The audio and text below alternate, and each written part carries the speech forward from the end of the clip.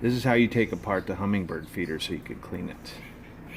This is only for the little things that come out. That does nothing. So you have to hold this, and it's hard to do. Pop that, unscrew it. And by pop it, I mean just turn it really hard.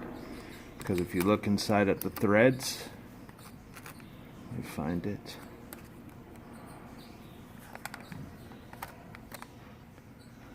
There it is. There's a little like post in the threads, and there's a little notch on this side.